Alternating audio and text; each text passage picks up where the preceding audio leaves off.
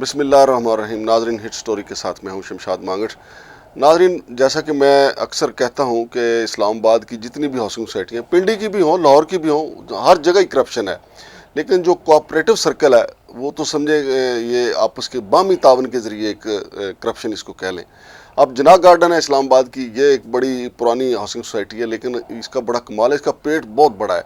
आप ये देखें कि जो नेशनल असम्बली के मेंबरान हैं उनके भी ये प्लाटों के पैसे खा गए हैं। कौमी असम्बली, वैसे तो आप देख रहे हैं ना कि कौमी असम्बली जनाब सुप्रीम कोर्ट के सामने खड़ी हुई है, रोज़ाना सुप्रीम कोर्ट के जजों के खिलाफ करारदादें मंजूर करती है और जज भी हमारे ज़रा पीछे पीछे हटते हैं। लेकिन ये जिना गार्डन वाले इतने ताकतवर हैं कि कौमी असम्बली वाले अपने बंदों के प्लाट जो इनसे नहीं ले सके। मेरे साथ स्टूडियो में मौजूद हैं जनाब माजिद चौधरी साहब। माजिद चौधरी साहब जो हैं वो भी जो करप्ट सोसाइटी हैं उन पर काफ़ी नज़र रखते हैं और जिना गार्डन के हवाले से इन्होंने काफ़ी तहकीकात की हैं। लेकिन हम पहले आपको ये बताएंगे कि आज इस इशू को कौमी असम्बली में भी उठाया गया। ये कौमी असम्बली में इस पर क्या बात हुई है, ज़रा वो पहले सुन लें। गैर कानूनी और जो कोऑपरेटिव एक्ट है उसकी बड़ी वायलेशन इसने की है। FIA को भी लिखा है और अभी तक FIA इनके खिलाफ कार्रवाई करने में नाकाम हो चुका है और उन लोगों को रिलीफ देने में भी नाकाम हो चुका है। कि दूसरा सवाल रेलिवेंट नहीं है क्योंकि मैं पहले डिप्टी स्पीकर रहा हूँ। जो JV हुआ है उस पर हमने जो एडमिनिस्ट्रेशन है उसको ऑब्जर्वेशन की थी कि 26 पॉइंट्स पे हमें ऑब्जर्वेशन है इस जॉइंट वेंचर की, जो 2012-13 में नेशनल असम्बली और जिना हाउसिंग सोसाइटी, जिना गार्डन हाउसिंग सोसाइटी के साथ हुआ था। 1100 कनाल जनाब नेशनल असम्बली हाउसिंग सोसाइटी की जो ज़मीन थी उस पर उन्होंने कब्जा किया। और जनाब स्पीकर, ये बड़ी हैरानगी की बात है कि 2017 तक एक प्लाट का भी पोजेशन नहीं। 2016-17 में जाके 450 प्लाट्स का ज़बरदस्ती उनसे कब्जा लिया गया और जो मेंबर्स थे नेशनल असम्बली हाउसिंग सोसाइटी के अभी तक जो 600 उनके अलॉटमेंट्स हैं, 1100 अलॉटमेंट्स हुई हैं 2016-17 में, 450-500 इनको मिले हैं। अगर हाउस कर दें, नहीं तो फिर जवाब। Order in the house please, order in the house please. तो जनाब स्पीकर, 450-500 के लगभग लोगों को इसमें पोजेशन मिले और 2017-18 से ये कमिटमेंट है इनकी कि नेशनल असम्बली हाउसिंग सोसाइटी की जो अलॉटमेंट्स हैं जो 1150 के लगभग हैं वो 600 के पोजेशन ये नहीं दे सकते। जो नेशनल असम्बली हाउसिंग सोसाइटी के साथ इनका JV हुआ था उसमें हमारी हाउस एंड लाइब्रेरी की जो कमेटी है उसने कमिश्नर को 29 ऑब्जर्वेशंस की थी, वो टाइम बार्ड भी हो गया था, लेकिन उसके बावजूद इनके खिलाफ कोई कार्रवाई अभी तक जनाब स्पीकर नहीं।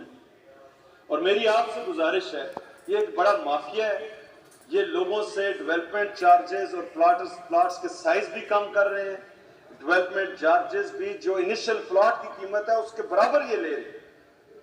FIA के केस 7-5 ये केसेस इनके पड़े हुए हैं, जो कि रजिस्ट्रार और जो हमारी CDA इंतजामिया है वो यही कर सकती है, जो कोऑपरेटिव एक्ट है, कि वो FIA को इनके केसेस भेजे। इनके खिलाफ कोई कार्रवाई नहीं होती। ये माफिया है, लोगों का ये खून चूस रहे हैं।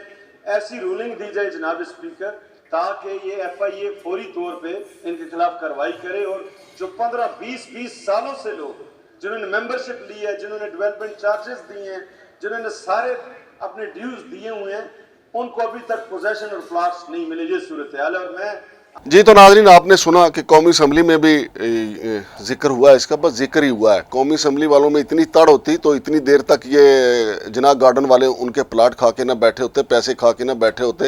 ये सिर्फ वक्तन फ़वक्तन होता रहता है जिक्र कौमी असम्बली में, कैमा कमेटियों में भी जिक्र होता रहता है।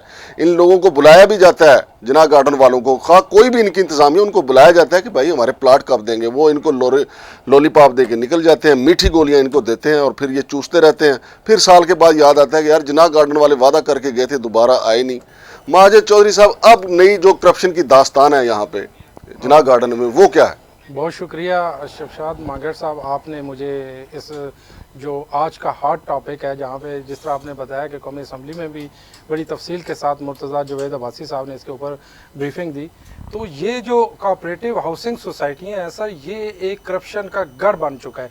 आप ये देखें कि इतनी बड़ी पोस्ट जो रजिस्ट्रार की है उसके ऊपर और DC ऑफिस के ऊपर एक ही शख्स विराजमान है और वो शख्स एजीएम जब करवाने जाता है, जब एजेंडा उसके अंदर अप्रूव होता है, तो जो डीजी कोऑपरेटिव है जिसके ऊपर सुप्रीम कोर्ट ने डिसीजन दिया हुआ है, एफआईए के वहाँ पे उनके ऊपर ऑलरेडी इंक्वायरी हो चुकी है, रिकवरी के लिए वो भेज चुके हैं, उसके बावजूद वो उन चीज़ों को एजेंडे में अप्रूव कर देता है।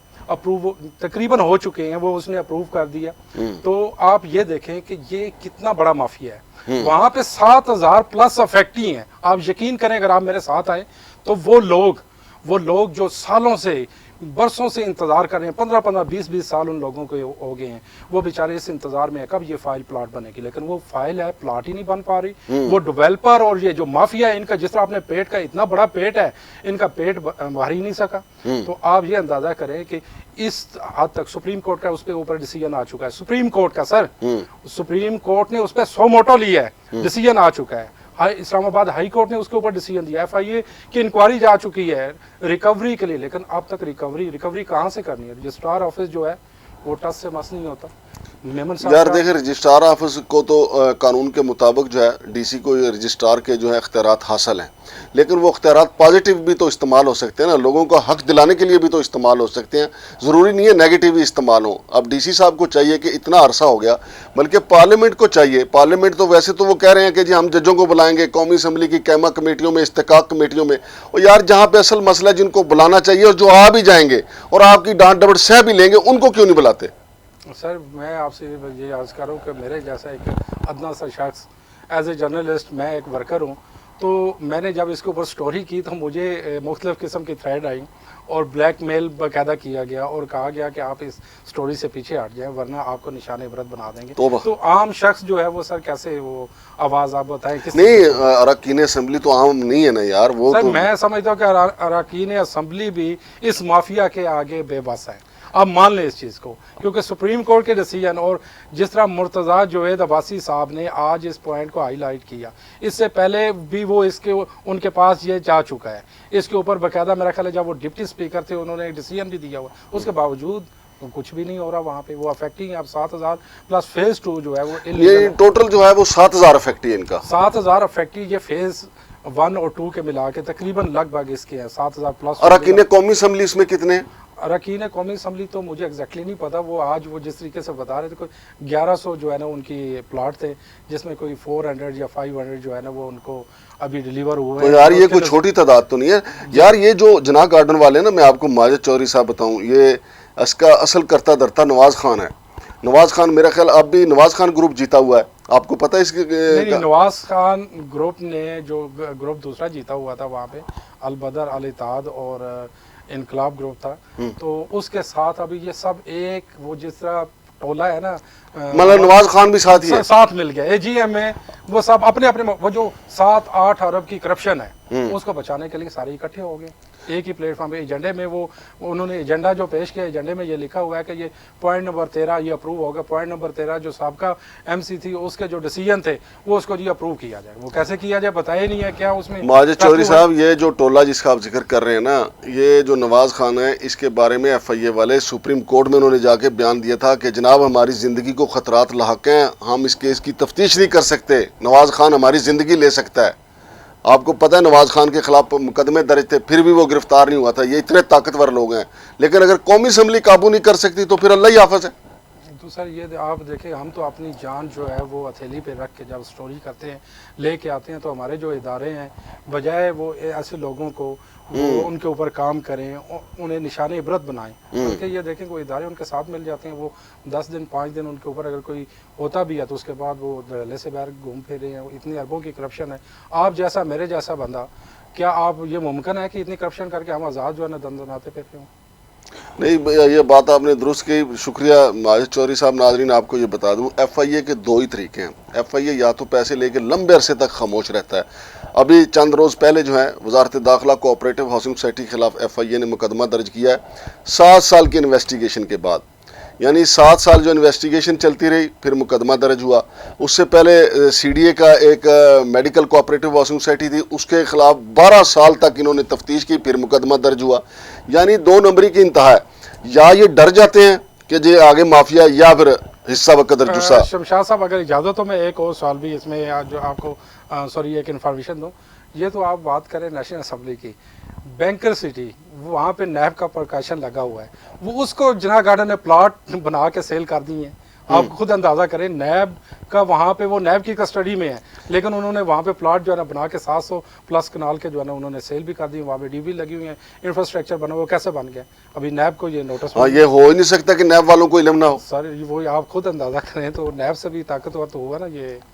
अब नैब के ऑलरेडी उसके ऊपर एक प्रकाशन लगा हुआ है, सबको पता है कि ये नैब का कोई जुर्रत कर सकता है, सियासतदान नहीं कर सकते सर, तो ये कितना बड़ा माफिया होगा। जी नाजरीन, आपके सामने सारी चीज़ें हम इंशाअल्लाह उल अज़ीज़ आहिस्ता आहिस्ता लाएंगे कि ये करप्ट टोला क्या कर रहा है, जिनाह गार्डन को किस तरह नोच रहा है, और कौमी असम्बली वाले क्यों बेबस हैं, नैब वालों की आंखों में किसने मर्चें जो हैं वो डाल दी थी कि वो उन्होंने जो बैंकर सिटी की ज़मीन थी बजाय इसके, क्योंकि उनकी निगरानी में थी, इन्होंने प्लाट बना के बेच दिया। और फिर मैंने आपको बताया कि वजारत दाखिला कोऑपरेटिव हाउसिंग सोसाइटी, वो एक अलग, उनके भी 600-700 जो हैं वो अफेक्टी हैं, 600-700 उनके मुतासरीन हैं, लेकिन मुकदमा जो है वो 7 साल की तफ्तीश के बाद दर्ज हुआ है सरदार सबील के ख़िलाफ़, और उनके जो साथी हैं वहाँ पे आफ्ताब शाह तो इस वक्त खैर भागे हुए हैं, और इन्होंने ज़मानत करवाई है सबील साहब ने, और सबील साहब को भी आज 10 मई तक जो है मज़ीद उनकी ज़मानत में तोसी हुई है। ये अलग से एक स्कैंडल है, वो मैं आपको अलग बताऊंगा। ये सिर्फ जिनाह गार्डन की वारदात आपको बता रहे थे कि लैंड माफिया इतना मजबूत है कि हमारे जो इदारे हैं उनके सामने बेबस हो जाते हैं। कि कौमी असम्बली वाले आप देख लें कि 600-700 इनका प्लाट है, 400 तकरीबन इनको मिला है, और 600-700 प्लाट जो है वो नहीं ले पा रहे। वो कौमी असम्बली जो सुप्रीम कोर्ट के सामने डट के खड़ी हुई है, लैंड माफिया के सामने बिल्कुल झुकी हुई है। इसका फॉलो अप भी आपको देंगे। शमशाद मांगट और माजिद चौधरी को इजाज़त दीजिए। अल्लाह हाफिज़।